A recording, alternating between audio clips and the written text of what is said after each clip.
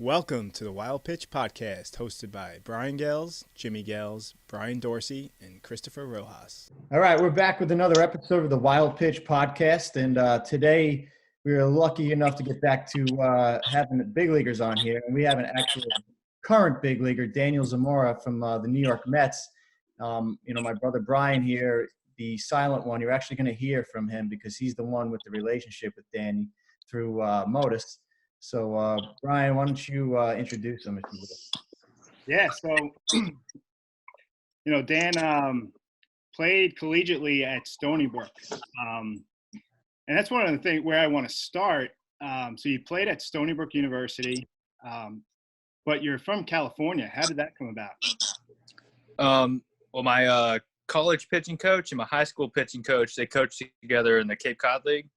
And at the time, like when people typically go through college recruiting in baseball, like I was throwing like 79 to 81, and not many schools find that appealing in California. Mm-hmm. And I had a good enough year to where my coach just kind of connected me in over there. And I had a really good relationship right off the bat, and it was kind of like a no-brainer for me. No, that's awesome. And yeah, you really are a great story. Can you talk about, looking you up, so there was a little bit of a struggle early on at Stony Brook. I mean, just getting hurt, bouncing back from that, and then becoming getting drafted in the 40th round, and a few years later being in the big leagues. Yeah, it's definitely been an adventure, not one I expected it, like how it happened, but I'm grateful for every moment that's happened. My first year at Stony Brook was a little tough. I wasn't pitching good, plain and simple. And I went to go play summer ball. I was a draft eligible sophomore, so I played summer ball. I went to Cape Cod and I played in Orleans, and my shoulder it was hanging on its last thread. And I kind of tried to pitch through it a little bit, and it just wasn't getting any better. Ended up hanging it up like from that summer for the last like 8 weeks in. Went back home, and 2 months later got an MRI, had shoulder surgery with Dr. Pacey. And I mean, pretty much saved my career having shoulder surgery, and kind of put my feet back on the ground, and kind of was a nice reset in the most positive way I can make it. I mean, no one wants to go through surgery. It sucks. The rehab's not fun, but it was a challenge every day, and I can either take the challenge or not. And I decided to kind of take it on as best I could, and kind of made me who I am today, I think. If I don't have surgery, I know I'm not where I'm at today. The shoulder is really tough to come back from, especially, as compared to the elbow, right?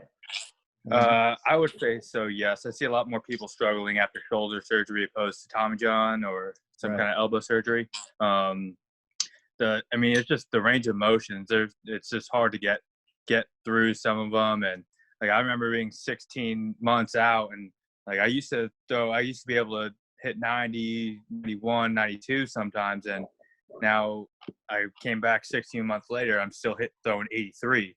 And I was like, dang, I just wasted 16 months trying to get back 100%, and then just one day everything just came back, and it just kind of happened. It felt like it happened overnight, to be honest. And it was a mentally draining kind of feeling the whole way through, but it definitely made me a better person and a better baseball player. Danny, you said that when you first were, you weren't really being recruited out in your area because you didn't necessarily have the velocity. But then you also, at some point, developed that velocity. What were some of the things you attribute that to? How did you get to that point where you were able to climb, over that 90 mark? Well, I mean, so my junior year of high school, we won the state championship game at Dodger Stadium, and it was awesome. Like, we had a good time, but not even like maybe 10 minutes after the game was over, like after we're done celebrating, my high school pitching coach comes up to me. He's like, "Zamora, you're fat." And I was just like, all right, cool, thanks. Like, we just won, but like we can talk about this later. He's like, "No, you're fat. You need to work out and get in shape." And I dropped a ton of weight, and just kind of, I would wake up in high school, and I trained on my own. The athletic director would open the door. I'd probably be the first person at the high school as my athletic director. My high school pitching coach gave me a paper every now and then, and I just kind of followed it. But there's no like personal structure to it, just me purely getting up and doing it. So that was like a motivating factor for you, something that kind of got you locked in mentally to challenge yourself? Yeah, I mean, my high school pitching coach always challenged me. His name's Chris Beck. He challenged me. He still challenges me today. I mean, he's been a huge influence on my life and huge influence on where I'm at today.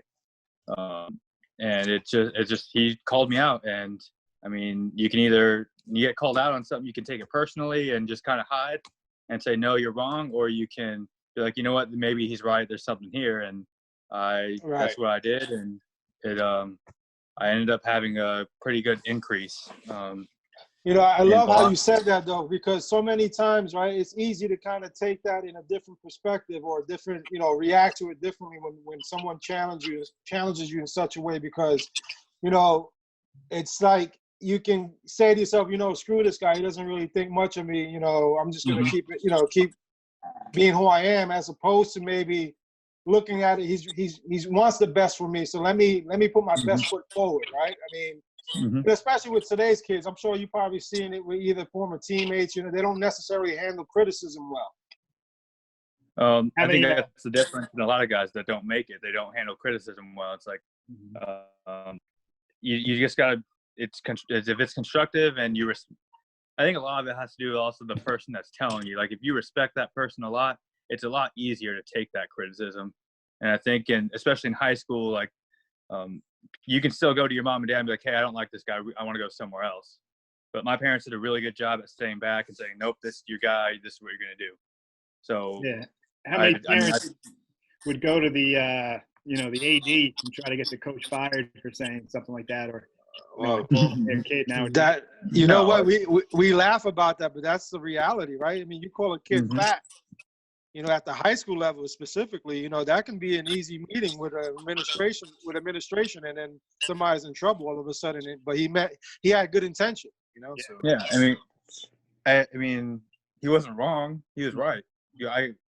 Hey, no, I'm not fat. No, I'm fat. I was fat. I need to get in shape. It's one thing if I looked like I was in shape. I clearly was not in any form of shape. Right. And I didn't run to mom and dad saying, hey, he called me fat. I didn't like that. And no, they probably would have agreed too. Like, hey, you got to get in shape. If you want to do this, you got to do the whole thing. Right. And that was probably instrumental for you, right? Because that put you on a path, like you said. Yeah. So, I mean, so you do that, you bust your tail, and all of a sudden now your velocity increased. And what time and point was this in your high school career? Was this your senior year, or when was this? Yeah, this is going into my senior year. I didn't throw very hard before. Like I'm maybe topped. We didn't have a radar gun in my high school, so I didn't go to showcases, or I didn't play travel ball or anything like that. I only played high school baseball, and I just know my college coach came out. I topped out 82 or 83, whatever, and then that was me putting everything I had into it.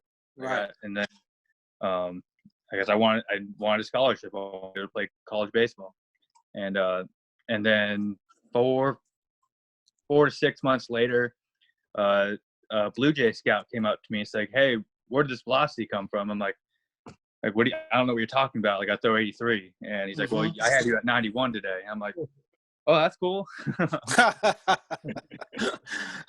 nowadays, that's really slow. Like, you hear a hitter hears 91, they don't care. That's like, okay, cool. Like, thank God. But when you throw an 82, like that's a huge leap. Yeah, absolutely. So then you went into Stony Brook as a freshman with that velocity? Yeah, I mean, it was I was like 80, probably I'd say 87, 88, 89. Like when I was a starting pitcher at the time. I think that's what I throw today. Actually, I still throw the same today. But yeah, no, that's what I went in at Stony Brook, and it was I had a great experience there. It was fun. So tell me about, coming from California to New York is obviously a different type of route. What's the difference in the makeup or just the attitude of the players, or even polish? Because I'm sure coming from California, the players are probably a little more polished at that age. Yeah, I would say so. Just, I mean, but it's also just because in California you get to play baseball every single day. Right. Like you don't like in New York. Like I'm not going out there in January playing catch if I'm in high school. Like, Yep. that's not happening. I'm not going. I'm waiting until February, March when it warms up and start my season in April and May. But in California, my high school team, we had we had a summer team in my high school. It wasn't travel ball. We just played other local high schools. I did the same thing. Right. But we had a summer team, we had a winter team, a fall team, and if you wanted to play, you can play. That's all I really did. I just followed whatever my high school kind of provided me with. Well, being a guy that completely hates the cold, you must have been asking yourself, "What the hell am I doing?" Oh man, I went to Stony Brook. I went on my recruiting visit, and I was like, "Hey, what's the temperature out here usually?" And it could not have been a better day in September. Like the weather was perfect. Yep. And they're like, "Yeah, we probably get like 5 inches of snow every year, and it's like the average temperature in the winter is like 40-something degrees." Man, I got over there and I had to go through a hurricane and 2 blizzards in less than 3 months. So that was they sold you. Who told you that? Sank? Coach Sank told you that? Coach Marin told me that. He sold you a bill of goods right there, boy. Yeah, Coach Marin told me that. I mean, that guy's awesome. I still talk to him sometimes nowadays, but like I'll never forget him telling me the actual temperatures and when I got there, what happened. That was ridiculous. Right. Well, you know what? 5 inches of snow and average temp of 45 is more like April, right? Right, Jim? Yeah, it's April. Right now. Yeah. Chris, we need to start lying a little bit more in recruiting so we can get some big leaguers in the West. Yeah, that's what you got. That's the ticket. So Dan, you were a 40th round pick. That was after your sophomore year. You draft eligible. I got drafted my junior year. I was I sat out my whole sophomore year. I didn't play a single game. I rehabbed that whole time. I had surgery in my sophomore year of September 2013. So I missed all of the 2014 season. And then, so you were drafted in the 40th round. Was that the last round of that draft, or was it still? Yeah. So, Oh yeah. I think I was 9 picks away from being Mr. Irrelevant. That would have been sick, but.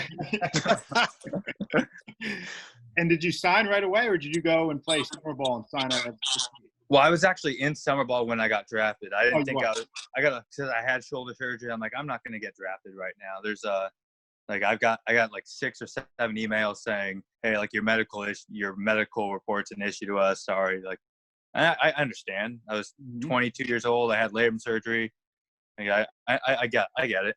But the Pirates were the only team not to tell me a thing. So I had like an ounce of hope. And then I had a game the day I found out. So I kind of found out while I was in the bullpen. And I was like, all right, cool. I didn't really think much of it at the time. I kind of just wanted to play the game and kind of figure it out later. Did you know you were going to sign? No, I didn't actually. It was a bit of a tough decision, but it was the right one for me personally. I mean, if no one wanted the 22-year-old with labrum surgery, who'd want the 23-year-old with labrum surgery? Right. Right. Yeah, you got to do some forecasting almost, right? You got to kind of say to yourself, what's next year going to look like for me in terms of opportunity? Mm-hmm. So I mean, and look, I mean, to your testament, here you go, right? Here's a kid, a few years back, was just told he was, overweight, and he goes and he busts his tail, gets the college opportunity, then has a setback, physical setback with arm injury, and then you have to work your way through that, and now all of a sudden you get this chance. It's like, you know what? You got to take whatever small opportunity you can get and try to make the best of it, right? So, I mean, when you finally decided you were going to sign and you go, what was that experience for you like? Like, what was your mindset going into that? Like, what were you thinking? Obviously, you hear these things like, 40th round, and like you just said, a few picks away from being Mr. Irrelevant, and now you got to go into, go into a club where you probably have a couple of higher round picks and challenge those guys. So, talk to me about that mindset and tell us what that was like for you initially. I mean, I can't really look at the number of the round I was drafted in. I mean, I got drafted where I got drafted. Doesn't mean I'm not a good baseball player. Just that's what happened. And I mean, I kind of just ignored what my round was, to be honest. Maybe it put a chip on my shoulder, like, hey, I'm going to go and this is my chance. I only get one chance to play professional baseball. I'll put everything I have into it. And I mean, so mentally it wasn't very hard, and I had a pretty good short season year. So once I got my first outing out of the way, I was like, okay, I can do this. I belong here. So I can play professional baseball.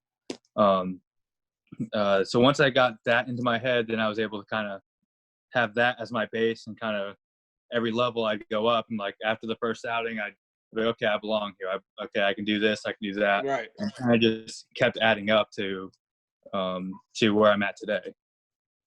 So one thing I know my favorite part of this is I ask anyone that's played in the big leagues, we want their call-up story. That day you got called up, how they did it to you, what it was like, and you know, since we're all minor leaguers that didn't get the call, we live vicariously. You guys. So I was in Double A actually when I got called up. I was playing for Luis Rojas, who's now our manager in the big leagues, which is really cool, like to have that connection with him. Yep. But so we were playing in Binghamton, and we finished, like we were playing a game, and I was in the bullpen. It was like the bases loaded with 2 outs, and a lefty was coming up. I'm like, why aren't I warming up? Like this is usually when they warm me up and put me in the game. My buddy turns to me, he's like, watch this, you're going to the big leagues tomorrow. And I'm like, dude, shut up. Like, no, I'm not. And because I was on a really good stretch of pitching. I was pitching really well, and I was just trying to get to AAA so my family could see me play in Vegas, because that's where AAA was that year. I'm like, dude, I'm not, like, just stop. He's like, if you go to the big leagues, you owe me $50. I'm like, all right, fine, deal.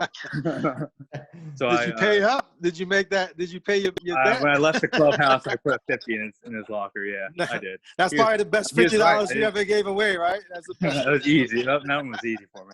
So I get in the clubhouse, and Rojas says, I need to see this guy and Zamora inside the club, in my office after this. And I was like, okay, I shower, I change, I go into his office, and the umpires just storm in right behind me because I guess the game got put under protest. And so I wasn't allowed to be in there. And Rojas is like, hey, just come back tomorrow. We'll talk about it later. And I'm like, all right, we'll talk about it later. So I kind of I make my process very slow. Like the rest of that time, like I stay for like an extra like 45 minutes to an hour. The umpires are still in there. Like, all right, I'm all right. Whatever. I'll just go home. And I was actually having a buddy move into my apartment with me. He just got called up from high to Double A. So we go to like Walmart and we buy all this like whatever like furniture stuff he needs for his bedding and stuff.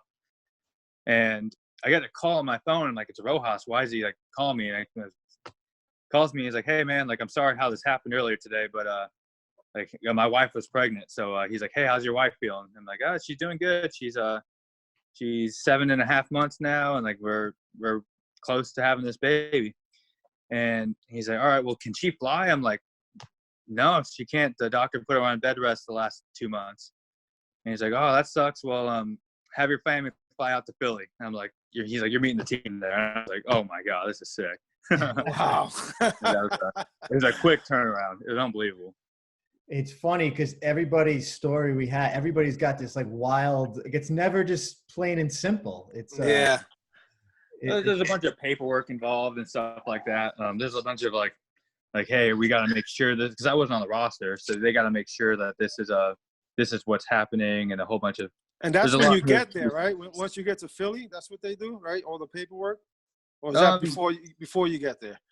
No, that was right when I get, like, pretty much within 5 minutes of showing up to the stadium. Right. You know, it's funny. I only had Hawaiian shirts with me, so I had all Hawaiian shirts and one like golf polo, and I was like, dang, I gotta buy new clothes. So I get to Philly, and I'm like, all right, well, I got like $60 to my name right now. I'll go buy a couple shirts so I can get past this. And I had to go, like, right when I showed up, there's a Nordstrom like right across the street, bought all new clothes. I got rid of my Hawaiian shirts, and there I was. My family flew out. It was great. Now, did any teammates buy you a suit or anything, any clothes or what? No, I mean, I was only there for a month and a half, right. But we went to some really awesome dinners, and Jerry Blevins and Anthony Swarzak took the bullpen out to dinner towards the end of the season, and it was it was nice. That was crazy. That was like my first like big league this is the big leagues experience. They took us I forgot, I think we were in Chicago, and they took us somewhere. Oh man, no, unbelievable. So they didn't dump the bill on your lap. They didn't ask for credit card roulette or anything. No, Jerry and Anthony, they're complete pros about everything. They're like, hey, That's this awesome. is what we're doing for you guys. It was really nice of them. I'm really thankful for them, and they were great influences on me when I got called up. So it was nice having them. That's great. Mm-hmm. Now, when you were in minor leagues, right? Did you have any guys from the big leagues come through on rehab assignments? When I was with the Pirates, we had I don't think we had anyone come through Bradenton that year. Not that I can think of at the top of my head. Last year in AAA, we had like Nimmo came, Lauer came, Cano, Justin Wilson, Luis Avalon. They all came up for a couple days. Jeff McNeil went up for a little bit. I think he was hurt for like 3 days, and they said, "Hey, you need to get an outing." So they all treated us like really good food. It was awesome. Yeah, so that's what I was going to ask you. They take care of the spread? They do a good job with that? Yeah, they do an awesome job. I mean, I remember, I think one of them, Justin Wilson picked like a really nice steakhouse, and Cano got Texas de Brazil, like bacon wrapped filet mignon, and in the minor leagues, that's cool. Like, Are you kidding me?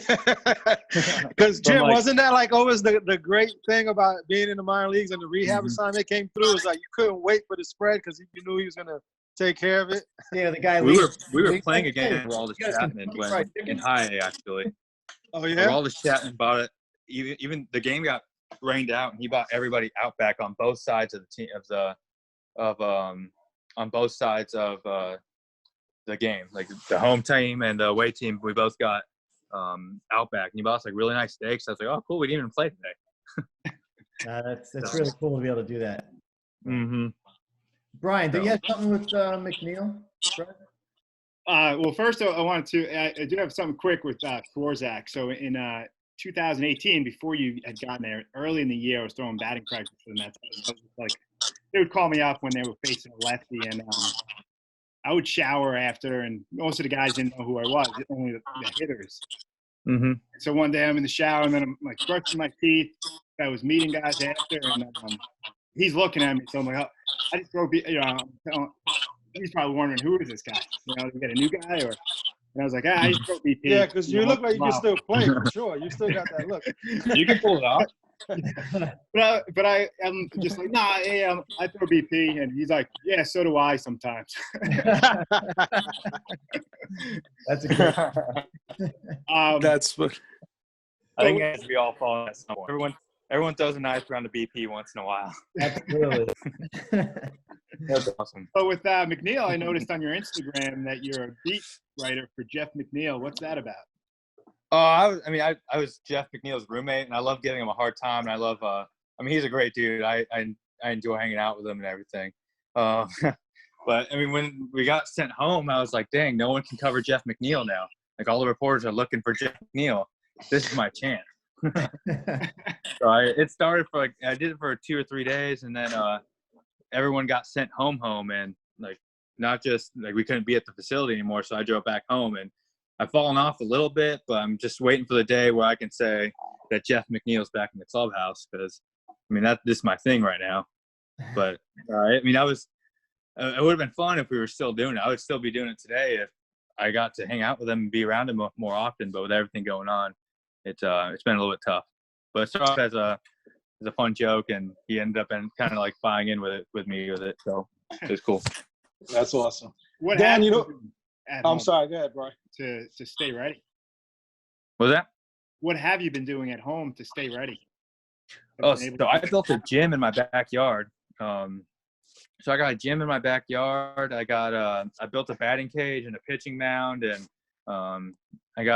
it's like me and a catcher, and like a hitter comes over. Like there's never more than the 6 people they say to be around, and so it's and we just have a couple guys come over, and and just they get their swings in. I get to see a hitter in the cage, and I get to throw my pens. I got a pocket radar to keep track of my velo, just to make sure I'm not losing the intensity. Because we were built up. Like I was ready to go. Yeah. And I didn't go. Like I went to the Dominican this offseason, and I didn't go there just to like be crushed by this coronavirus. So I'm just trying to keep the intensity up and keep everything going. But I built a plyo wall. Like I got everything back here right now. That's So Daniel, a couple of things I wanted to kind of talk. You just mentioned you played in DR. Is that what you did? You played winter ball? Yes, sir. That's I pretty played sick winter ball. experience, right? Playing out Yeah. there with all the intensity.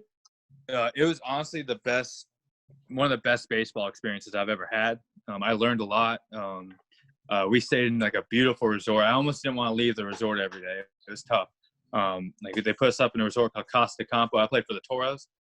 And Phil Regan was my pitching coach. So it could not have been any better. I got to work with Phil Regan during all of September.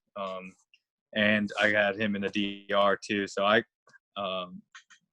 grew my changeup there with working with Phil. I got my fastball more consistent, and my slider is what my slider is.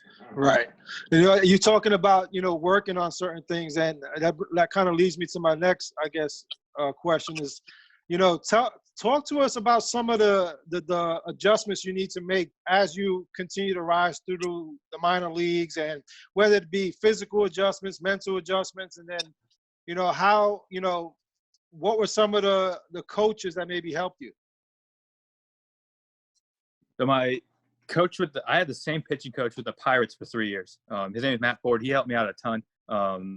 He kind of just kept me what I really enjoyed that Fordy did for me. He let me be myself. He never let me stray away from like, hey, you need to throw harder. You need to do this. You need to do that. Like it ends up being a lot. You end up focusing so much on like, I need to do this, this, and that, when I can just improve myself. Right. He did a good job of letting me be who I am. And then I got traded to the Mets, and I went to Double A. My pitching coach is Frank Viola. And so that's a nice lefty to have on your side to kind of help you, right? A great lefty, but he had a similar philosophy to Fordy, where he let me be the best version of myself. They never really tried to completely change me. Yeah, there's a thing here or there where we try to change, but it's like, hey, I have this slider and this is my fastball. Let's try to run with this and see how far I can take it. Because I don't have, because of where I got drafted, I didn't have the time to kind of mess around and like if I got drafted in like the first round or something like that, like, hey, I can toy with this, I can toy with that, I'm still gonna have a chance. Like at least that's how if I got drafted in the first, that's probably how I feel. But like being drafted where I got drafted, I just need to be the best version of myself. That's right. And execute and get outs, right? I mean, at the end of the day, as long as you can consistently go out there, you can consistently go out there, understand what you're capable of, right? Start, learn how to throttle pitches, learn how to, have some sense of awareness of what the batters are trying to do, and use that as your tools, and you're learning on the fly, right? Like you said, because you can't just work on things like maybe somebody else might be fortunate enough to, but that's the reality of how pro ball is. Like, for sure. I mean, it's not a perfect system, but like for me, I just found it best to be the best version of myself, and I just try to compete every day and again just improve on what I did have, and just put everything in what I did have, and hopefully I can continue to be that way. And I just I've added now to where I feel comfortable, where I can now toy with a couple things here and there. I've gotten to that point, but I mean, all the coaches I had between, at least in the minor leagues before I got called up, they all let me be myself, and I think that's the most important thing for me. Nice. And camp this year, did you get to meet the pitching coach by the name of DJ Carrasco by chance? Yeah. Yep. He's gonna be the AAA pitching coach this year, up in Syracuse if we do have a season. Yeah. But he's awesome. He's a great dude, ain't he? Mm-hmm. He's a good coach. He's going to be very helpful for me. I think he has a lot of knowledge, and I'd like to pick whatever I can out of it. Yeah, he's a good dude to talk to. I played with DJ back in A-ball many moons ago, obviously, but he's a smart guy. A lot of, yeah, he's very thoughtful and positive, very positive. And he loves talking baseball and loves, he doesn't, he don't mind helping out at all. And he's very helpful and productive, and in a productive way as well. Hey, Dan, last we spoke, it was end of the season, September, October, and you were going to the DR to continue to pitch. How'd that work out for you? I mean, I know, the goal was kind of to be, from what we were speaking about, to be more prepared during spring training, more ready to go. And did it pan out the way you'd hoped? I mean, yeah. So the DR was a way for me to get – I only threw like 30 innings last year, and I'm usually in that 50 to 60 range. The DR was for me to – one, I wanted to show I can face righties because this whole new 3-batter minimum. I didn't face any righties. I only came in as a 1-batter. So a lot of my work came from the bullpen, actually, just like working on stuff with Phil. But I was prepared, and I didn't want to go 6 weeks in the off season to go into the DR and like just my arm not feeling good. I use that Motus sleeve to kind of keep my arm, like make sure like I wasn't missing any intensity, but I also wasn't overdoing it at the same time, because I think there's a very fine line on that. But I use kind of Casey at Kinetic Pro out in Tampa. He helped me out a ton. I went to him three times a week. It's about an hour 15 drive for me. So I mean, with a new kid and everything like that, I was able to make it work in my schedule where I can go out there 3 days a week and just kind of keep the intensity up. And I didn't want to stop. When I got back from the DR, I feel like, well, I just worked on all this stuff. I'm not going to stop now. Phil taught me how to be more consistent with my changeup and get the movement that we wanted. It was a cool way how he did that, actually. We were playing, we were playing on the road. We just got off the 6-hour bus ride, and I just threw like lightly off the mound. And he said, why don't you throw your changeup more? And I said, honestly, I never felt like it was okay for me to throw a changeup. And Phil is like, all right, fine. I'm going to stand in the box for you. I'll stand in. This dude's like, I mean, we know Phil is like 83, 84 years old. He's standing a foot off the plate. And he says, throw 10 changeups.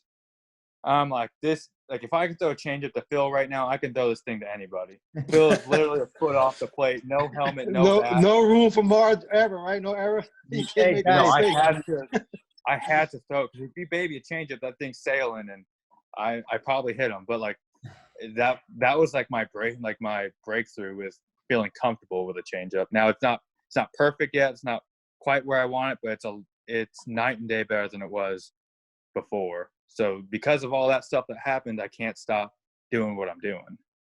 So listen, unfortunately, because it's amateur hour over here, we're about to get cut off here by the Zoom. So okay, thank you so much for coming on, man. No problem. Anytime. Thanks for having me. I appreciate it. Hey, Danny, good luck to you, man. Have a great career, man. Continue working hard. Thank you. Thank you guys very much. Thank you appreciate so much. it. See ya.